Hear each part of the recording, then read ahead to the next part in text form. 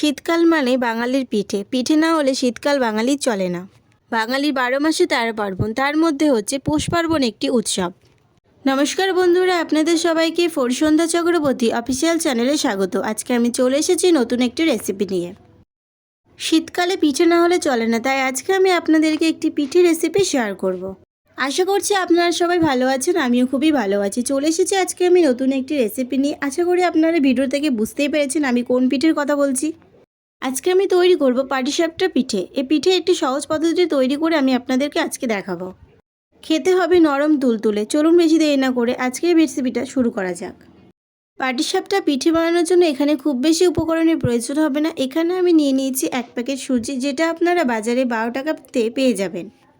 এখানে আমি পুরো ১ প্যাকেট সুজি দেবো না, এখানে আমি হাফ থেকে একটু বেশি দিয়েছি। আর নিয়েছি এখানে আমি ২৫০ গ্রাম ময়দা। এখানে ২৫০ গ্রাম ময়দা পুরোটা দেবো না, আমি এখানে অল্প পরিমাণে দেবো।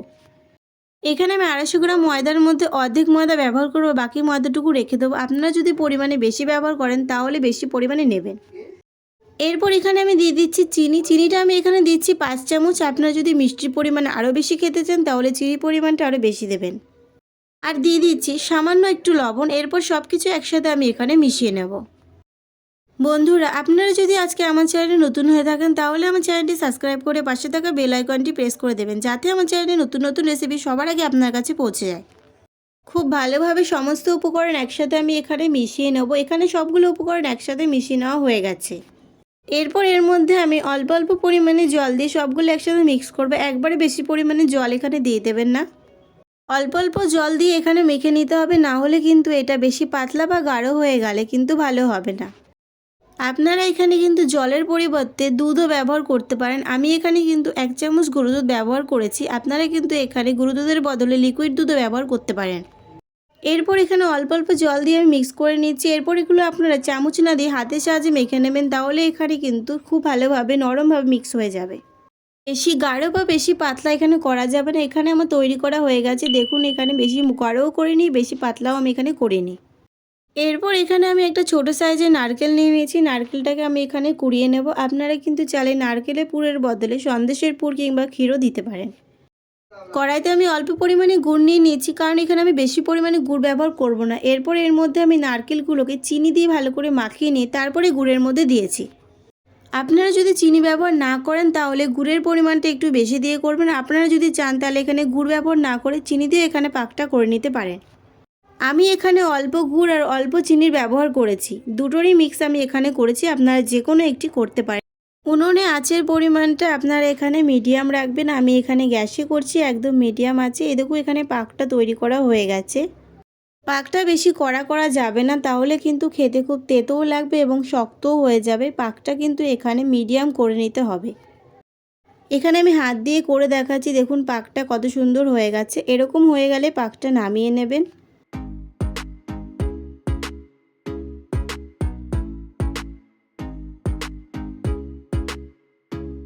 নারকেলের পুর বানিয়ে নেওয়ার পর এক জায়গায় এইভাবে জড়ো করে রেখে দেবেন। যদি না রাখেন তাহলে কিন্তু শক্ত হয়ে যাবে। এরপর এখানে আমি একটি কড়াই নিয়ে নিয়েছি। আপনারা চাইলে এখানে ননস্টিকের কড়াই ব্যবহার করতে পারেন। এরপর এর মধ্যে আমি সামান্য তেল দিয়ে দিচ্ছি। আমি এখানে সর্ষের তেল ব্যবহার করেছি। আপনারা চাইলে এখানে রিফাইন তেল ব্যবহার করতে পারেন।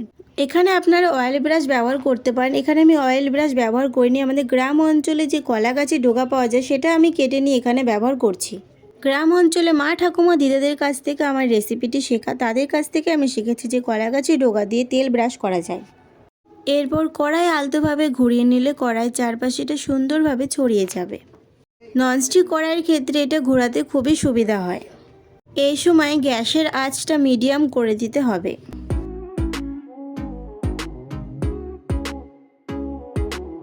এরপর কিছুটা হয়ে আসলে এর মধ্যে আমি নারকেলের পুরটা দিয়ে দেবো।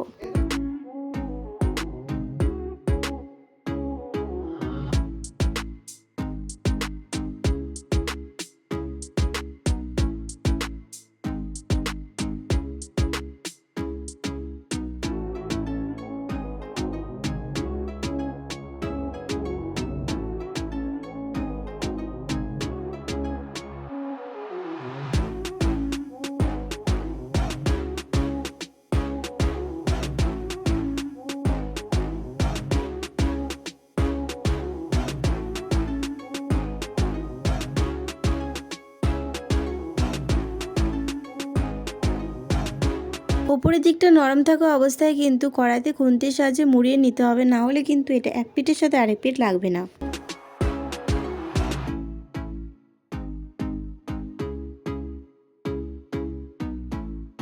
একটি পাটিসাপটা তৈরি করা হয়ে গেছে, এইভাবে আমি বাকি পাটিসাপটাগুলো তৈরি করে দেখাবো।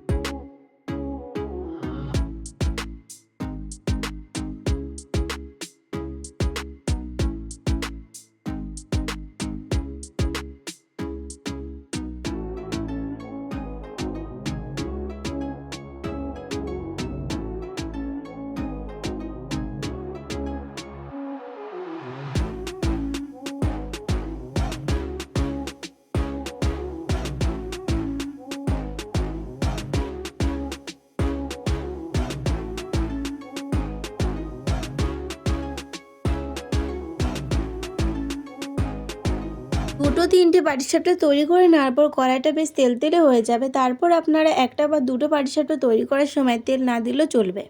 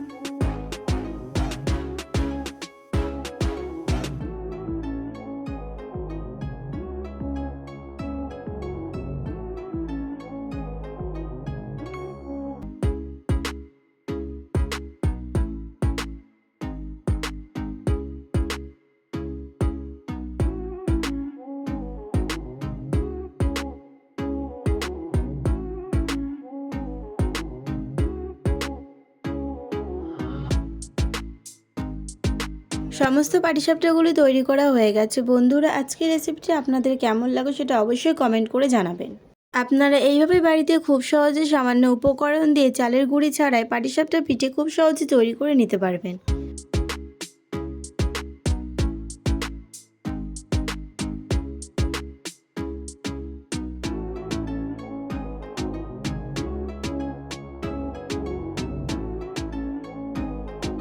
আজকের রেসিপিটি যদি আপনাদের ভালো লেগে থাকে তাহলে আমার চ্যানেলটিকে সাবস্ক্রাইব করে ভিডিওতে একটি লাইক করে একটি সুন্দর কমেন্ট করে পাশে থাকবেন।